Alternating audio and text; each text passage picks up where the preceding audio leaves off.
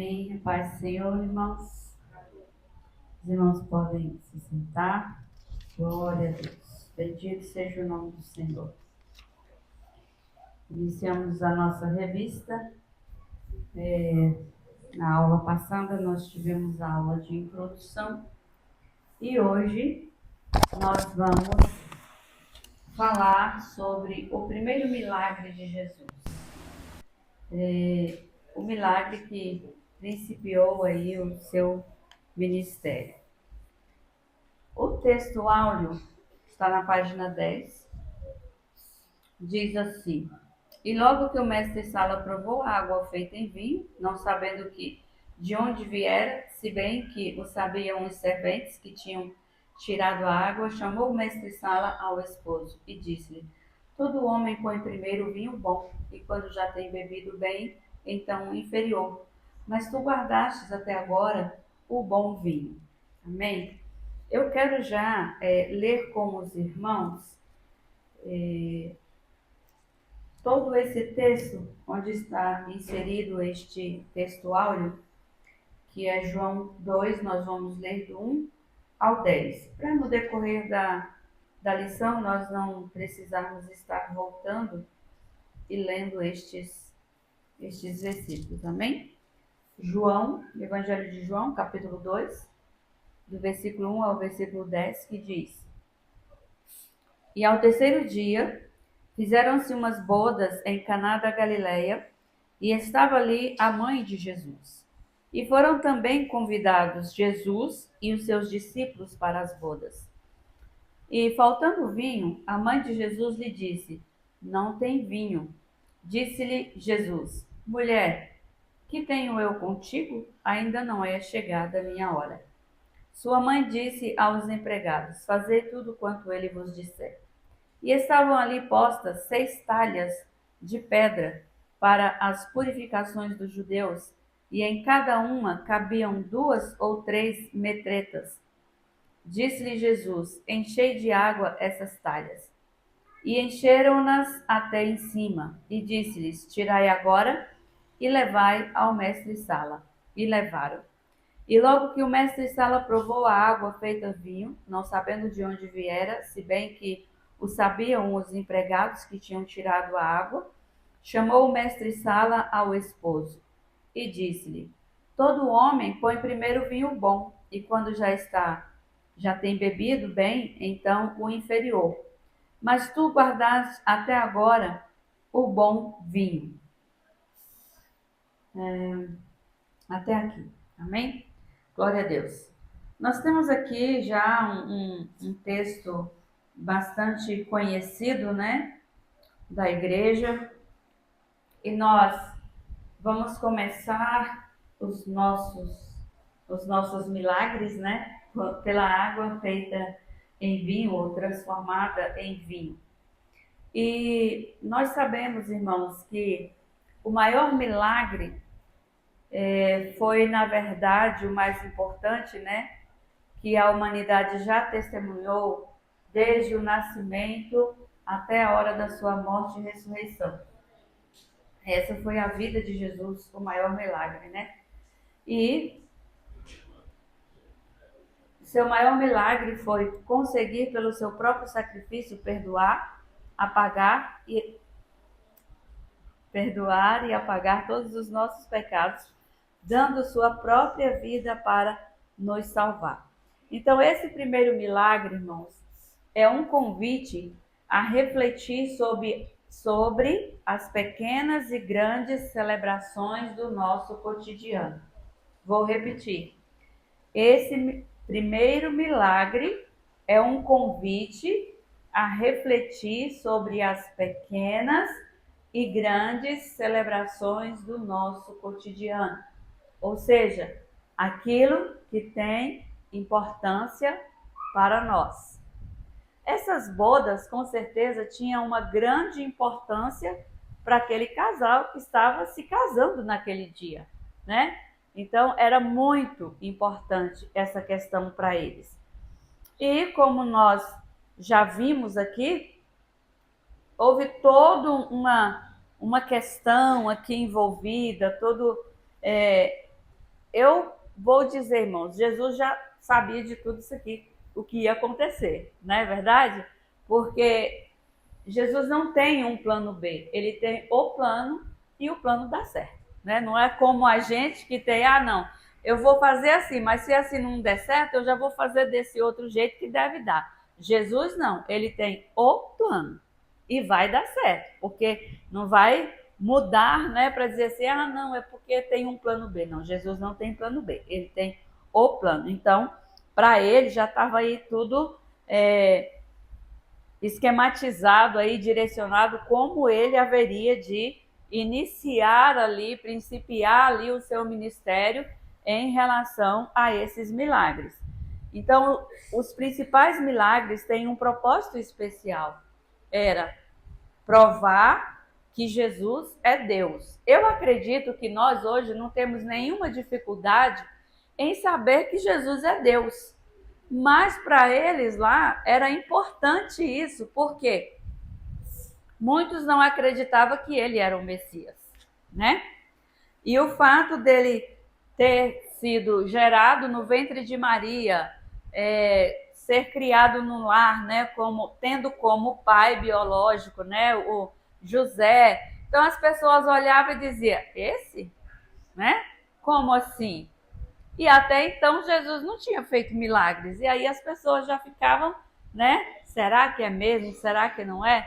Então, quando ele principia que os seus milagres já é para mostrar para as pessoas que ele realmente era Jesus, o Filho de Deus, ou o próprio Deus, né? Ali encarnado na pessoa de Jesus. Então, para essas pessoas era necessário. Então, aconteceu toda essa situação que nós vimos aqui, já lemos. Vamos ler João 20, 30, 31. Tá atrapalhando. João 20, 30 e 31. Que diz assim: Jesus, pois, operou também em presença de seus discípulos muitos outros sinais que não estão escritos neste livro. Estes, porém, foram escritos para que creiais que Jesus é o Cristo, o Filho de Deus, e para que, crendo, tenhais vida em seu nome.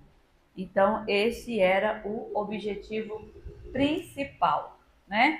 Não só trazer alegria ali para aqueles noivos, para aquelas pessoas que estavam naquela festa, porque além de ser uma tristeza, era um constrangimento para aquelas pessoas que estavam oferecendo a festa, né?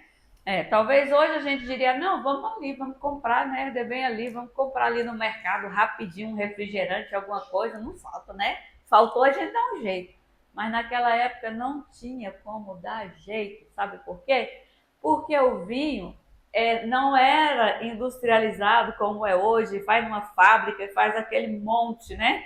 Uma quantidade enorme de uma vez. Não, passava por um processo, tinha o processo de fermentação, até enterrar, às vezes, a garrafa ou algum recipiente ali para que não absorvesse muito calor e não estragasse. Então, não era assim simplesmente, eu vou ali e vou comprar, né?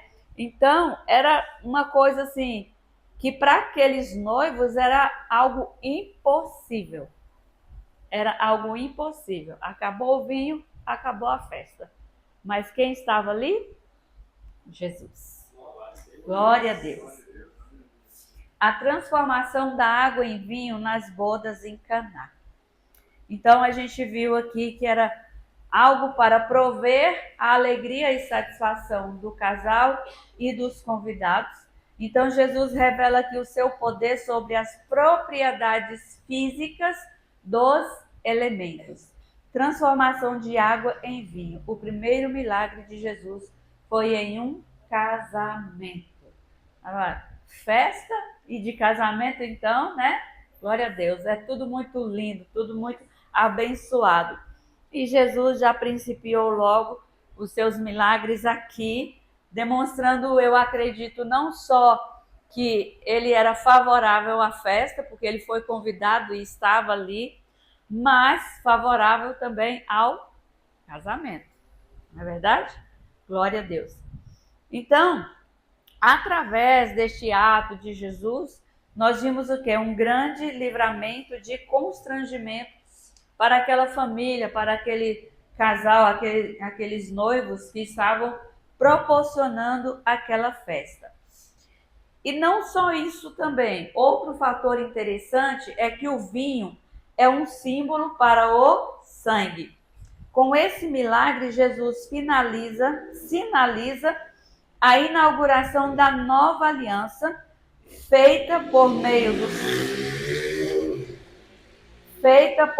do seu sangue derramado na cruz e não mais pela água das purificações cerimoniais dos judeus. Nós estamos aí na leitura bíblica, nós vimos há pouco tempo falar sobre essa questão da purificação, né? E então, a partir desse momento, Jesus já estava finalizando, já estava mostrando para aquelas pessoas um outro caminho, o propósito pelo qual ele se manifestou em carne, né? Não só para perdoar os pecados, mas ali se oferecer, né? Naquela cruz para remir os nossos pecados, derramar o seu sangue ali naquela cruz em favor das nossas vidas, em favor da vida daquele povo ali também que estavam crendo em Jesus.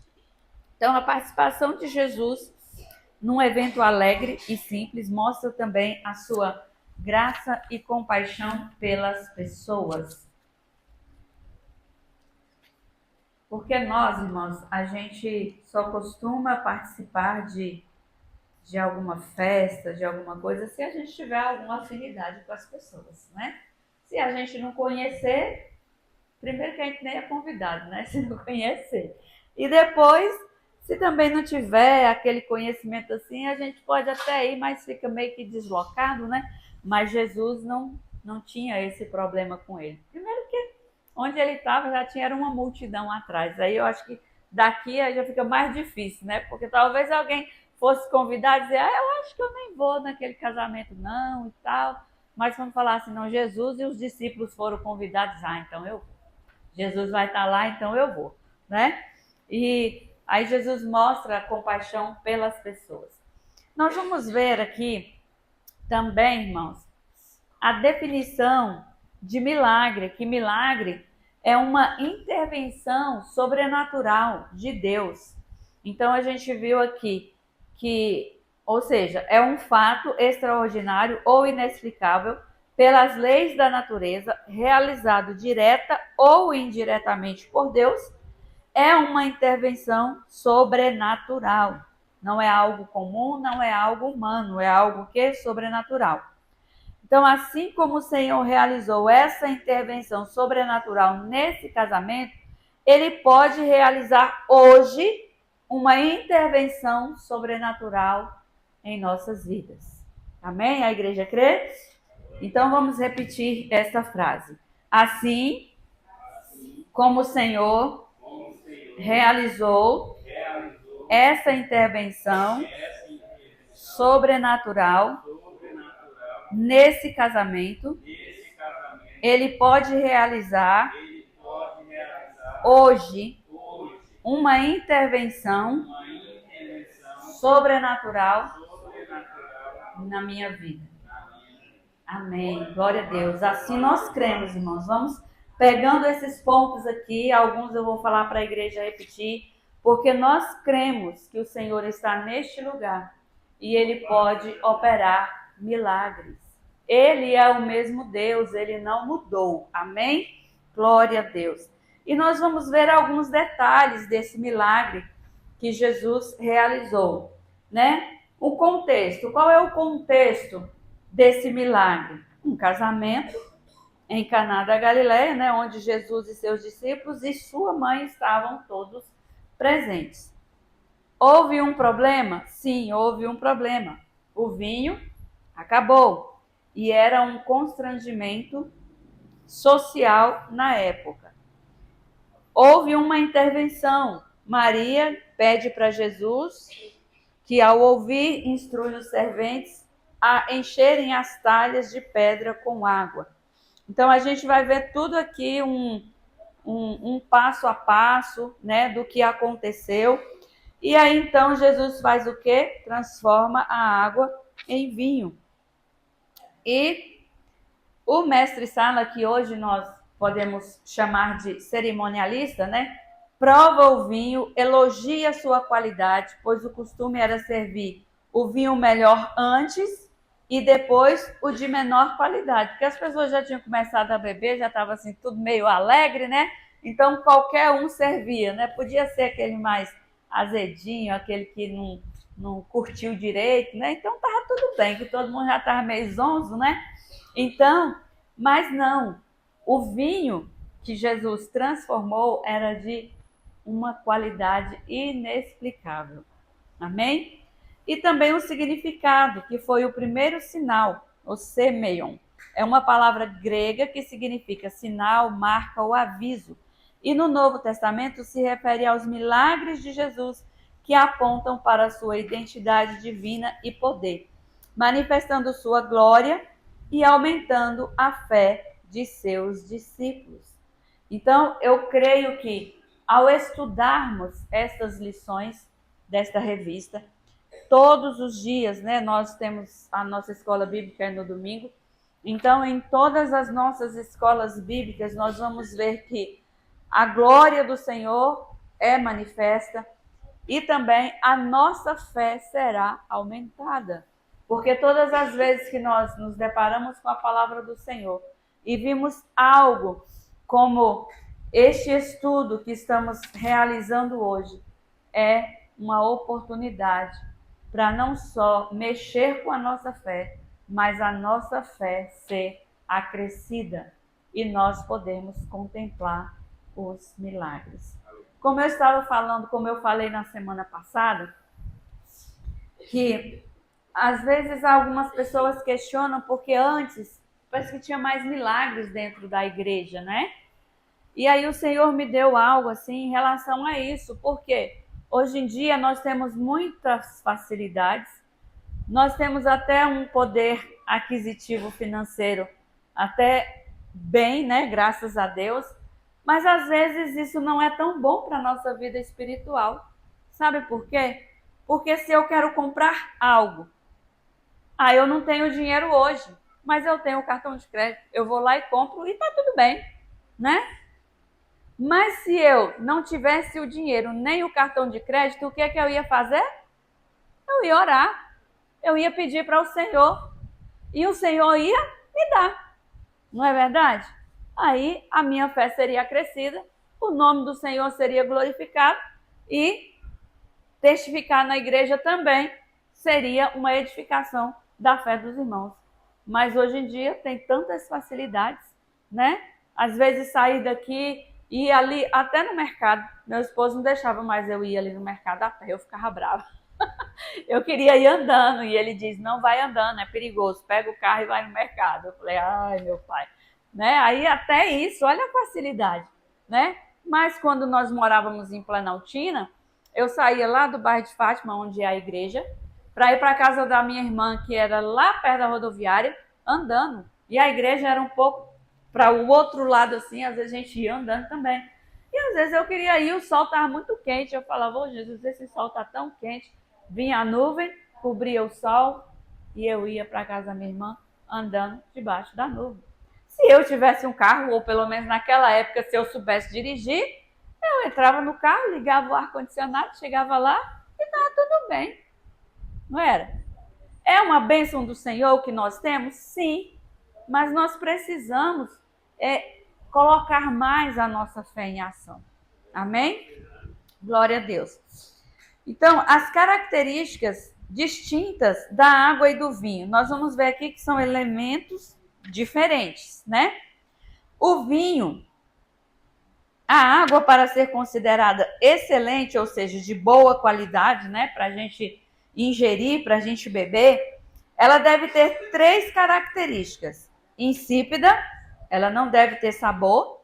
Inodora, não deve ter cheiro, né, ou odor, incolor, ou seja, ela tem que ser límpida, transparente, ela não pode ter cor.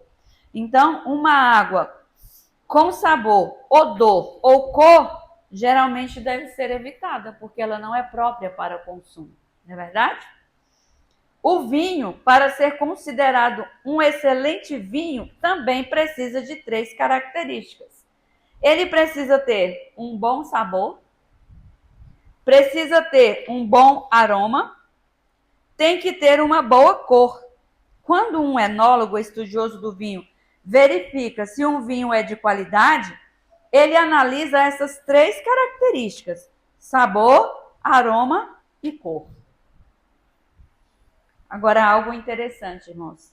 Muitas vezes sentimos como se a nossa vida fosse como água, sem sabor, sem aroma e sem cor. Aí precisa de quê? De uma intervenção do Senhor Jesus. Precisa do sobrenatural de Jesus, assim como ele transformou a água em vinho, para dar alegria aos nossos corações, para dar sabor à nossa vida, contentamento naquilo que nós estamos ganhando, recebendo do Senhor. Porque muitas vezes a gente recebe alguma bênção, mas não consegue nem desfrutar. É uma tristeza, é tanta coisa, é tanta luta, tanto isso, tanto aquilo, que a pessoa não tem contentamento na bênção que o Senhor deu. E aí precisa de quê? De uma intervenção de Jesus para mudar esta situação. Amém? Agora repete comigo. Ele também pode realizar uma intervenção sobrenatural em minha vida, trazendo sabor, aroma e cor para a minha existência. Glória a Deus. Jesus pode todas as coisas. E nós cremos, irmãos, que depois desta revista, desses estudos, nós vamos contemplar milagres e nós vamos viver situações diferentes em nossas vidas. Porque o Senhor está mexendo com a nossa fé. Então, confie na compaixão do Filho de Deus, ou seja, em Jesus. Quando acabou o vinho, aí vem aquela situação, aí Maria vai ter com Jesus e a resposta que Jesus dá para ela, a gente às vezes fica sem entender, né? Porque ela, sendo mãe de Jesus, ele fala com ela daquela maneira, parecendo até uma resposta meio que inconveniente, né? E Jesus fala, que temos nós em comum, ou o que tenho contigo, né? Que temos nós em comum. Só que naquele momento, nós vimos que, desde quando o anjo apareceu a Maria, ela aceitou o propósito de Deus na vida dela. Então, todos os passos de Jesus não eram questionados, porque ela sabia que alguma coisa estava por acontecer. Ela poderia não saber o que iria acontecer, mas que alguma coisa iria acontecer, isso sim iria, né? Então, ela simplesmente falou para que fizesse como ele mandasse, né? Como ele havia ordenado. Por quê? Porque naquele momento não era simplesmente Jesus, filho de Maria. Era o Messias que estava ali, né? O Deus que haveria de principiar aquele grande milagre. Amém? Glória a Deus. Então a gente vê desta forma. Não é porque ele estava sendo mal criado com a sua mãe e não é porque ela também não tenha entendido a situação, né? Muito pelo contrário. A gente vê que as coisas estavam sendo conduzidas, como nós lemos aqui atrás, né? Sobre os detalhes do milagre, então estava tudo no passo a passo. Amém? E aí o mestre tem algo aqui interessante, eu vou falar. Não, eu anotei aqui, mas é para falar, é bem aqui mesmo. Quando, aqui em João, que nós lemos, João 2,7 diz, disse-lhe Jesus, enchei de água essas talhas e encheram-na até em cima. E disse-lhes: tirai agora e levai ao mestre-sala. E levaram. Aqui, quando nós lemos, nós não vimos Jesus estender a mão e dizer: água se transforma em vinho. Nós não vimos uma oração. Nós não vimos. Ele disse simplesmente: enchei as talhas de água. Quando as talhas estavam cheias, ele disse o quê? Serve. Glória a Deus. O Senhor opera em nossas vidas de várias maneiras e nem sempre é da mesma maneira de uma pessoa para com outra. Às vezes tem aquele momento, né? Mas às vezes no silêncio, numa simplicidade, Deus está operando, Deus está curando, Deus está fazendo, Deus está trabalhando. E nós precisamos estar sensíveis e atentos a tudo isso. Outra coisa interessante que eu quero falar aqui aos irmãos. No versículo que nós lemos, aqui fala que sobre uma medida chamada o que? Metreta, né? Vou voltar lá. É João 2, né? Aqui já vai levando, vai passando minhas páginas desse lado. João 2, que fala... Onde é que está a metreta? Aqui, no versículo 6. Estavam ali postas 6 talhas de pedra para as purificações dos judeus, e cada uma cabiam 2 ou 3 metretas. Essas metretas, elas eram um recipiente que cabia cerca de 80 litros. Então, irmãos, não foi pouca água e nem pouco vinho, né? Cerca de 450 a 600 litros ou até mais que foi servido após aquele milagre para aquelas pessoas. Qual é o tamanho do milagre que você está precisando? Qual é a quantidade de provisão que você está precisando? Aleluia. O Deus do milagre. Jesus está neste lugar. Jesus está na sua causa. Naquela causa que você hoje disse: eu vou para a casa do Senhor porque eu quero receber a minha bênção assim, assim, assim. Assim como houve aqui o detalhe no milagre, o passo a passo, assim também você descreveu para o Senhor como você gostaria que fosse realizado o seu milagre. Creia. Glória a Deus. Aprendendo com os milagres.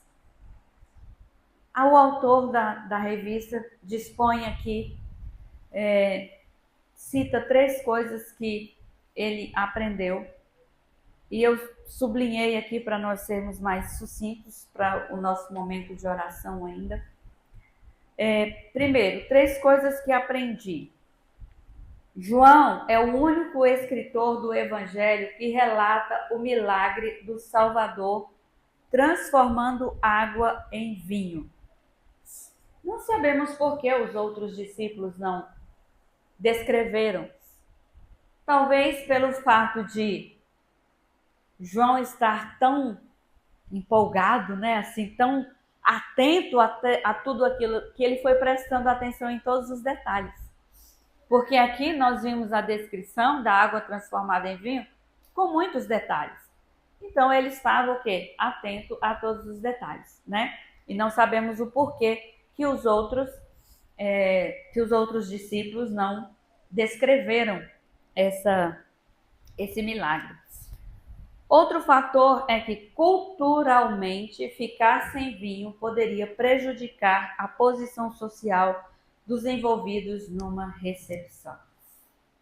Aqui é um ponto também muito interessante, irmãos, porque às vezes algumas coisas em nossas vidas podem nos impedir de crescer, pode nos impedir de estar em algum ambiente, né?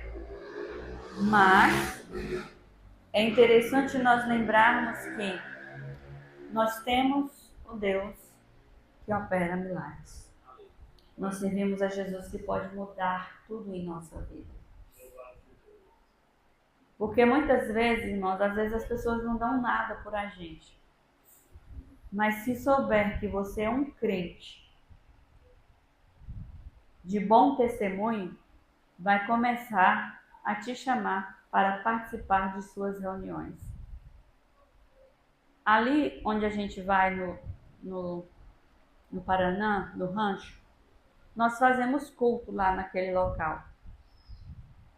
E o local que nós fazemos culto não é um local apropriado para uma igreja, que os irmãos já sabem a situação lá. Mas as pessoas lá querem o culto, a gente vai lá e faz o culto, né? Eles recebem bem, gostam da palavra e a mulher falou algo que assim ficou marcado e nos chamou bastante a atenção. Ela disse assim, quando a gente demora: nossa, mas vocês demoraram muito a vir. Não era para vir todo mês? Que ela quer o culto. Eles têm sede. Orar para que Jesus tire os impedimentos, para que eles possam aceitar a Jesus, né?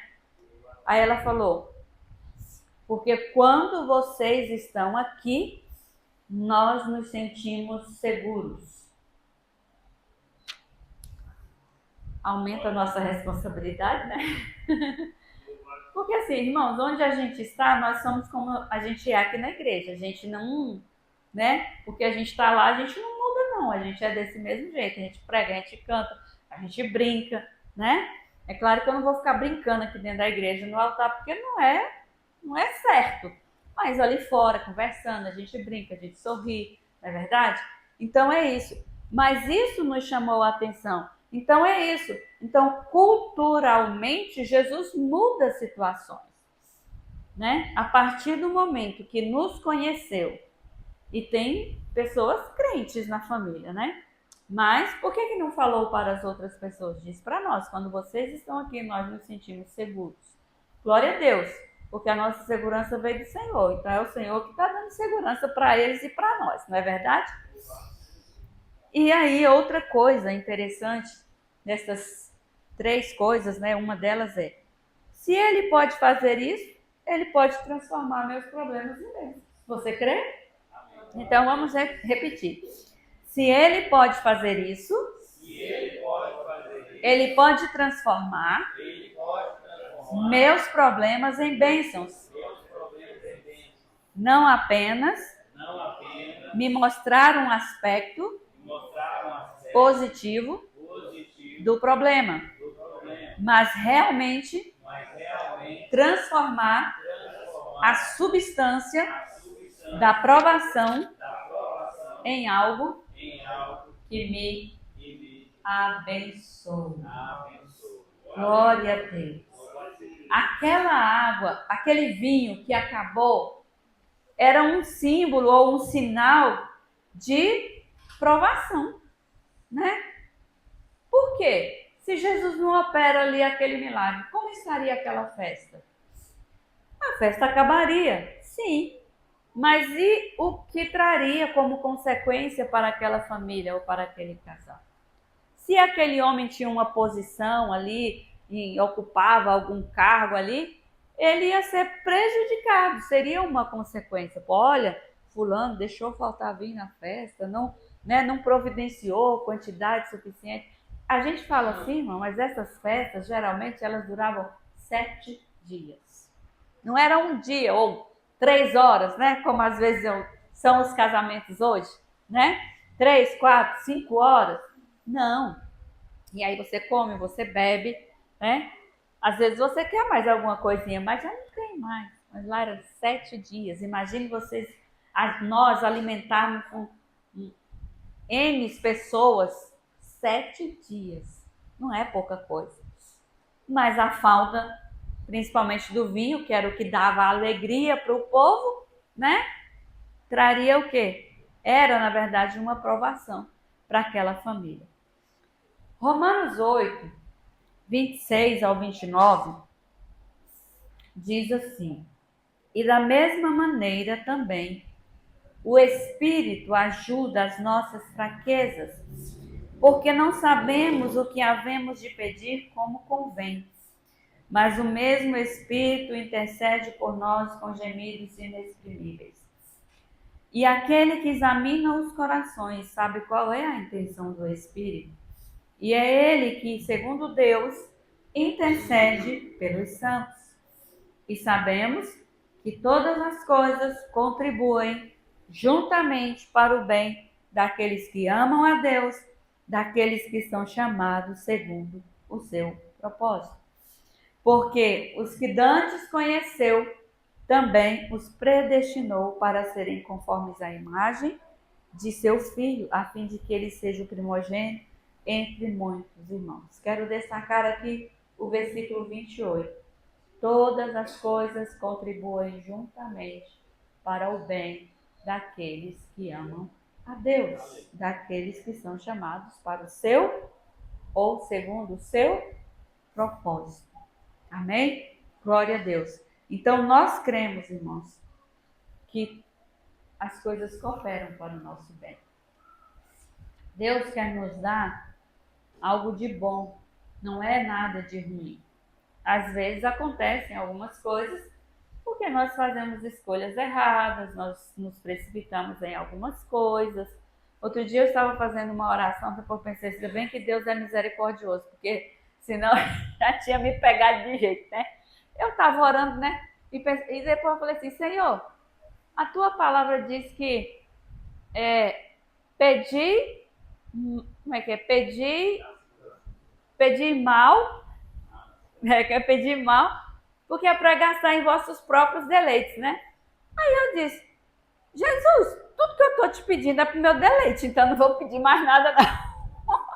Porque tudo que eu estava pedindo para o Senhor, Senhor, eu quero isso, Senhor, eu quero aquilo, e é tudo para o meu deleite, é tudo para mim, né? Falei, tá bom, Jesus, então eu vou pedir mais não. Aí Jesus deve ter pensado assim, olhado lá de cima, o que a gente faz com uma pessoa dessa, né? Mas graças a Deus, a oração começou a funcionar. Não vou pedir não, Jesus, é pro meu deleite, então tu faz aí, direciona aí o que tu queres direcionar e tá tudo bem. Mas tá indo, glória a Deus. Irmãos, para concluir, eu quero só destacar aqui o finalzinho aqui da página 15. Stephanie já pode se preparar. Porque aqui diz assim, você perdeu a alegria de viver e parece que nada tem sabor, aroma ou cor em sua vida? Clame ao Senhor Jesus e espere com confiança a manifestação da sua bondade e misericórdia. Ele pode fazer esse milagre em sua vida. Creia, creia. Amém? Então o Senhor quer nos dar alegria de viver. Se para isso Ele precisa operar um milagre, trazer uma cura, abrir porta, direcionar alguma coisa, se é para trazer alegria aos nossos corações, a palavra do Senhor aqui no versículo que nós lemos diz, sabemos que todas as coisas contribuem juntamente para o bem daqueles que amam a Deus. Então clame ao Senhor Jesus e espere com confiança a manifestação da sua bondade e misericórdia. Amém? Stephanie estará adorando ao Senhor e depois nós vamos fazer aquele momento de oração e de intercessão, apresentando a causa de cada um dos irmãos. Irmãos, preste atenção. Nós principiamos este estudo e vamos principiar também os milagres. Mas quando receber o milagre, testifica, anota, escreve, fala, olha, foi naquele culto de estudo, porque tem pessoas que acham que Jesus não faz milagre em dia de culto de estudo, né? Naquele dia do estudo, assim, assim, com o tema assim, assim, foi o dia que eu recebi o meu milagre. Amém? Glória a Deus. E nós cremos. Amém.